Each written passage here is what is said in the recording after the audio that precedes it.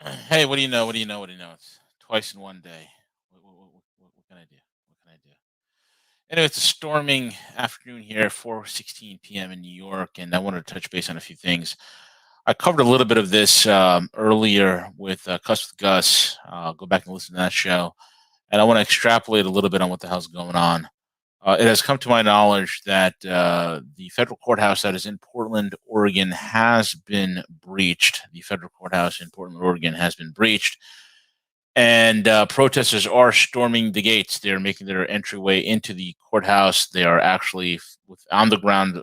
Social media accounts have shown from journalists themselves that they are right now battling federal officers. Federal officers are fighting back. It is kind of ridiculous at this point. For those that don't know, the protests have been taking place in Portland since every day, every single damn day since May the 28th.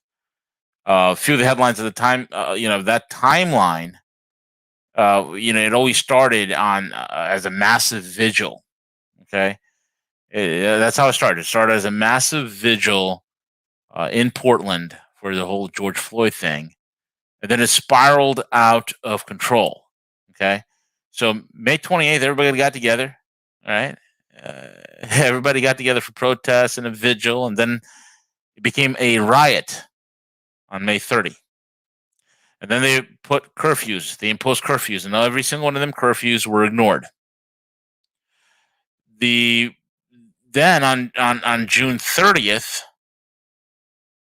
there was another riot declared, and they actually I think they burned down the police Portland Police Union building. That's been burned down, or so one of the police buildings. And what happened is eventually they had to call the federal police in to help protect the federal courthouse, because the federal courthouse, which has been sitting there since like 1997, okay, without any problems whatsoever, all of a sudden they're trying to breach it. Okay, they are trying to breach it,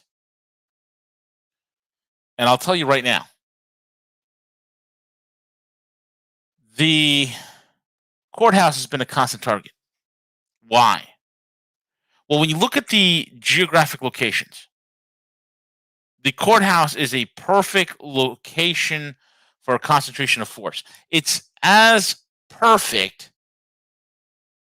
as the U.S. Embassy in Benghazi. Okay? And then when you look at where the courthouse is placed in coordination with all the other streets, all the other areas that are surrounding it, it's almost like the Maidan of the Ukraine. Now, a lot of people have come out and said, "Well, this is like the Fort Sumter, where it's civil war." No, it's not like Fort Sumter, the Civil War kind of thing. Even though we can, in one layer, you can call it a civil war. The far left is at war with us. It's just that simple. It's just that simple.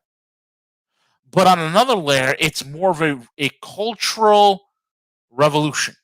It's more of a revolution.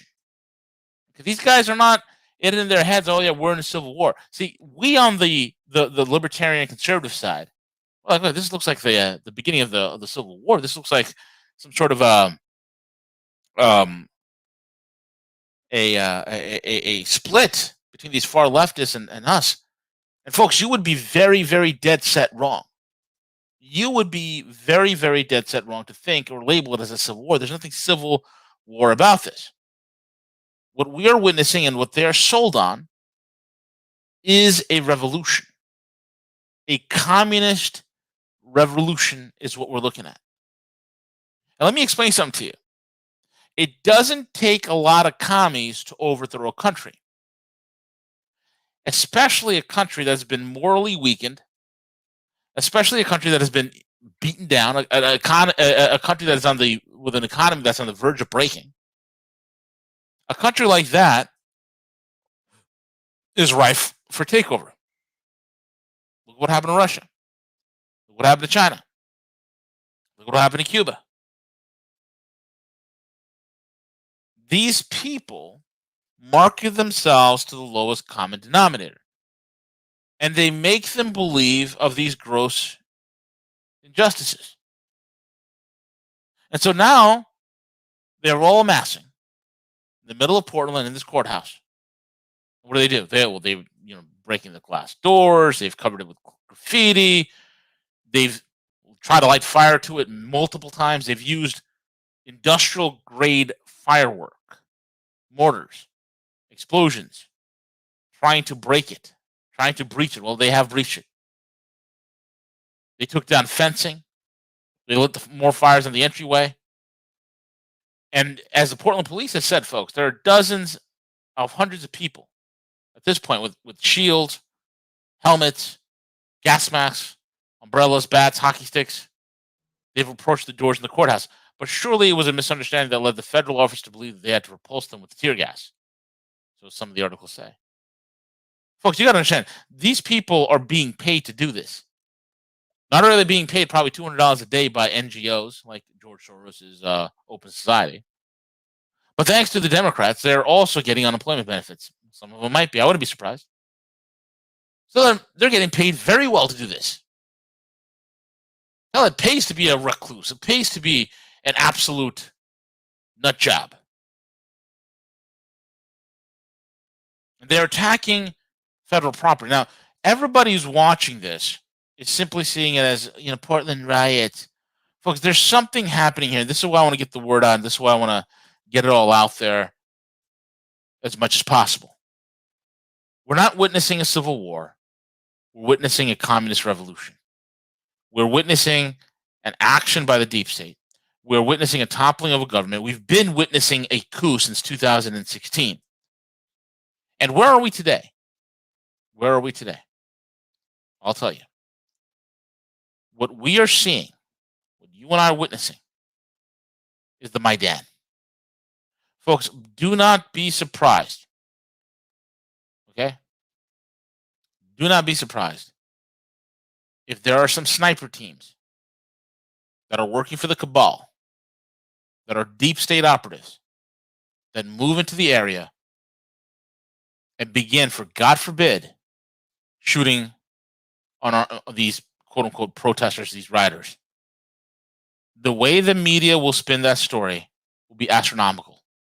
We've not only seen this in the Maidan, but also back in 2007, we've seen this in Venezuela when Hugo Chavez was taken down the first time. There were peaceful protesters. I mean, this was legitimately peaceful protesters who were marching up to an area where they believed that Hugo Chavez was being held. And there were deep state operatives, snipers, who were shooting and killing people on the crowd. It's incredible. Incredible.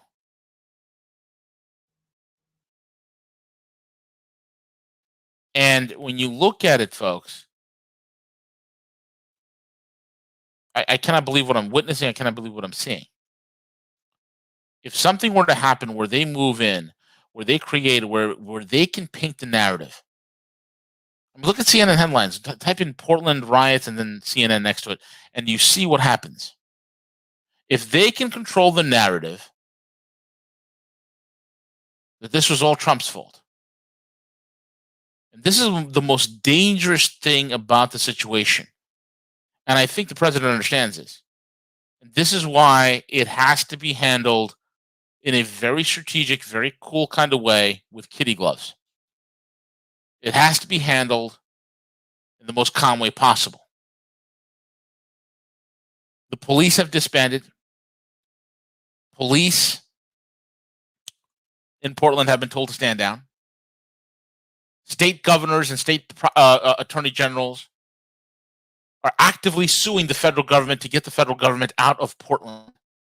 In other words, the state is an outright rebellion, and those who have committed vast and treasonous crimes in Portland, those who have burned down buildings, those who have hurt and harmed human life, those who have committed arson are being let go. They're being set free without any issue, without any problem. This is incredible. This is what Gus says before. You have to look at the governors. You got to look at the state attorneys. Are they for your ideology or are they against it?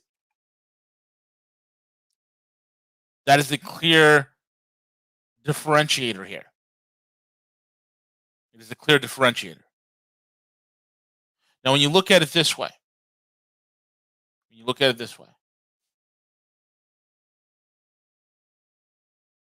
the way that this needs to be dismantled, and this should have been, folks. This is the stupid part about this whole entire thing, and I don't know if there's a bigger, more broad strategy at play that I'm not sure about. But my personal opinion was, going into 2017, everybody that was funding Antifa should have been gone after then. It should have been dismantled then, but it didn't. They were being protected. They were even coddled. And I'll tell you right now.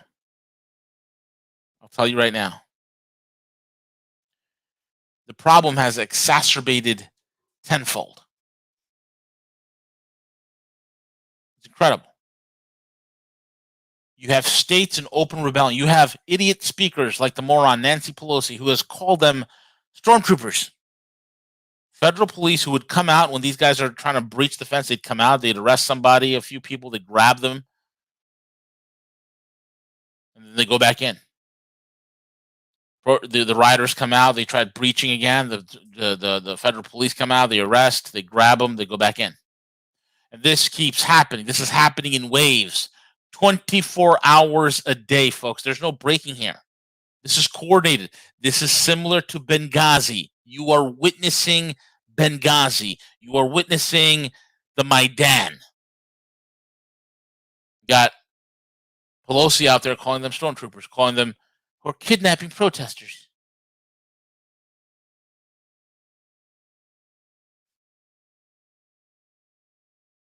It's incredible.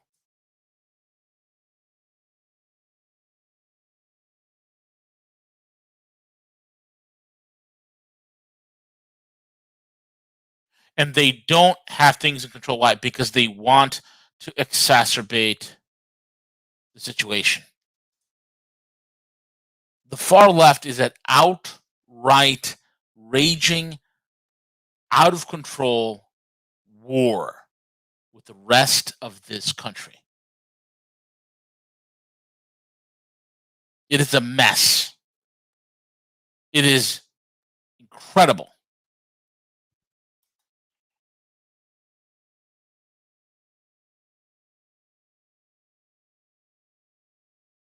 It's unbelievable. Federal agents retreat to Portland base as protesters control the streets. Night upon night, the chant goes up from front of Portland's federal courthouse. Whose streets? The answer depends on the other day after Donald Trump sent federal agents to take control of the city.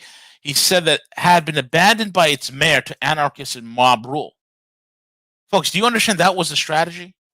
If you were wondering why there was 17 shots fired at a funeral in Chicago, 17 people shot at a funeral in Chicago. If you were wondering why over the weekend there was like 50, 60 some odd people getting shot at in Chicago and nothing's being done. If you're wondering why there was 54 days of straight riots in Portland and nothing being done. If you were wondering why there was other areas in the country where there's rioting in these far leftist cities and nothing's being done, and you're wondering, the mayor's an idiot, the mayor's a moron. No, the mayor's following orders.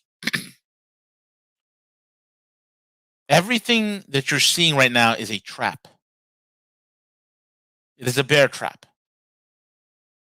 It is a trap to bring federal agents in. And it's a trap to spring it upon this sitting president, to blame it on him.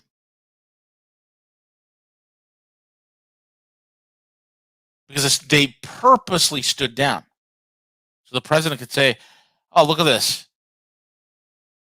These cities have been abandoned to anarchists and mob rule. It's been abandoned.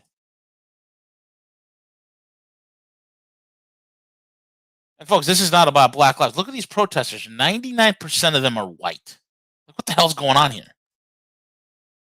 These are pasty, white, basement-dwelling, middle-class American kids who are not oppressed in anything, but are just a bunch of overprivileged, bored white kids who spent most of their times living in the basement playing video games. They're the ones who are out there being the senseless cannon fodder, useful idiots. It's amazing. It's amazing to see the transformation from Black Lives Matter to protests by minorities and black people into this, a communist revolution. How the hell did this happen so fast? After pushing back, demonstrators, many of them kitted out in helmets and gas masks. Anybody wonder where they're getting all these gas masks? All these helmets? Federal agents retreated into their courthouse to mocking jeers and women who were part of the Wall of Moms. The Wall of Moms. Who are a bunch of, I doubt they're even mothers. I doubt they're even mothers. I doubt it. They would show up, they'd snap a few pics, and right before the violence starts, they leave. Linking arms, saying, it's our streets. The ritual was played out 3 times on Wednesday morning. By the end of the result was the same every other night. DHS officers dispatched by the president to put down demonstrations have instead become prisoners of their building that they are ostensibly there to defend. The feds don't have control of the street, said a woman holding a sign, 100% not a terrorist, who gave her name Olia Shannon. I think they're more sacred than us. They're hiding in there. They don't know what they're doing. On Monday, the president declared the deployment of the DHS task force a success. In Portland, they've done a fantastic job. They've been there 3 days, and they really have done a fantastic job in a very short period of time. We are witnessing an amalgam of the Maidan and Benghazi put together. This is going to get much worse. And I'm trying to put the word out there. People need to be vigilant. Federal sources, and I know some of these feds, they listen to this program. I know that for a fact. Some of them good guys. Some of them not so much.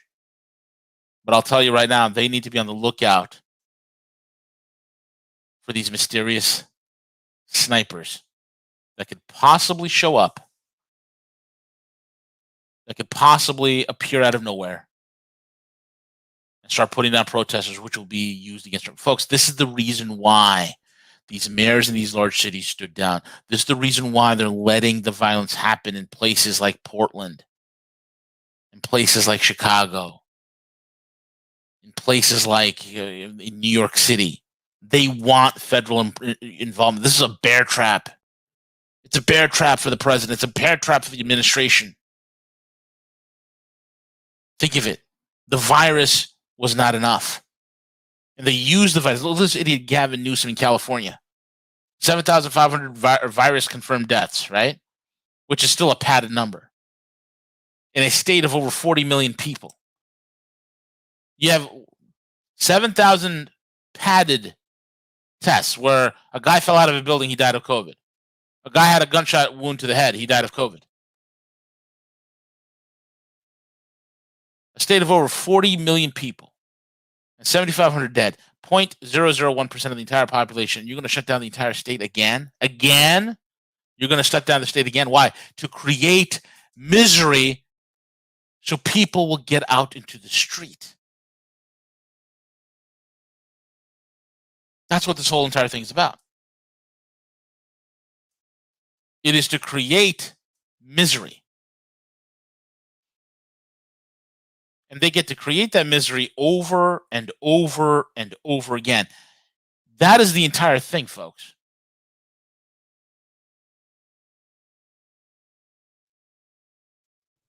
Residents of a city with a long history of radical street protests were outraged at the tactics which suddenly revitalized a protest movement that was waning. It wasn't waning. 54 nights. 54 nights. And the idiot mayor is like, well, if the feds didn't get involved, this would have died off on its own. No, it wouldn't have. They wanted the feds to get involved. That's why they were folks, way before they even got to the bloody courthouse, you know what they were doing in Portland? They were blocking off streets. So they made it extremely convenient that large mobs would gather at a federal courthouse. Kind of like in Benghazi, where large mobs were corralled and shepherded to a U.S. embassy.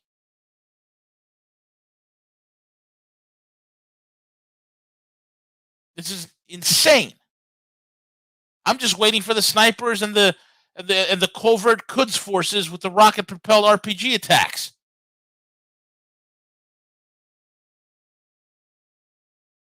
Meanwhile, the protesters ranged free over several city blocks where businesses were first shut down by the Rona and then boarded up after some shops were smashed in the initial protest that swept the country following the death of George Floyd in Minneapolis. Do people even remember Floyd's name anymore? These people don't have any clue. They think they're rioting for George Floyd. No, you're rioting for George Soros.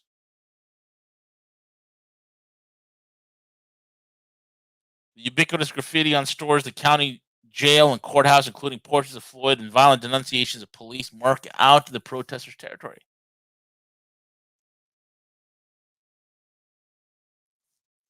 And these leftists are saying, "Oh, it's a power play by Trump that he's trying to, show the protesters. This is like Ruby Ridge. This is like the Waco." No.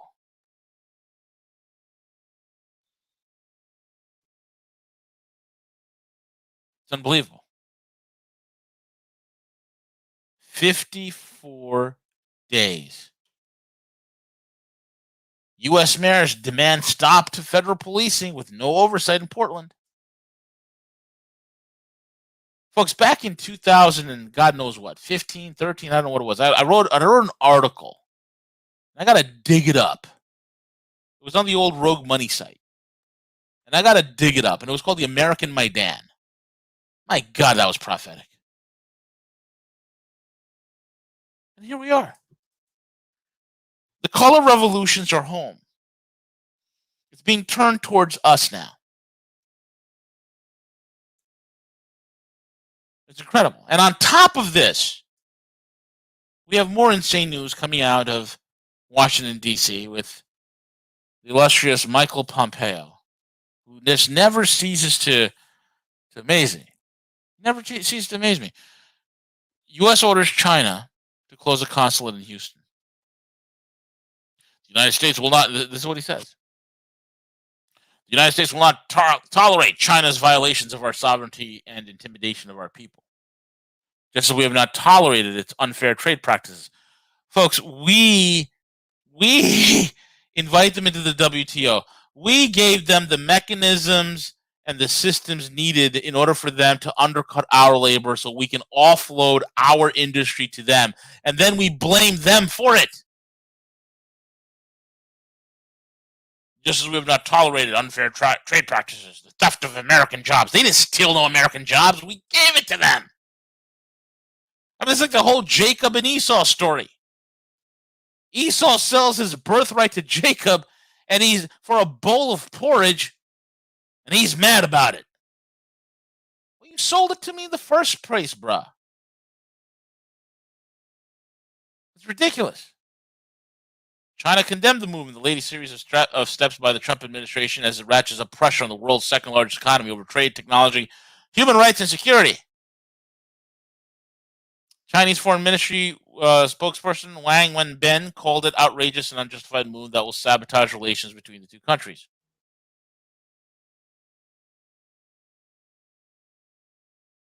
It just keeps getting better and better and better.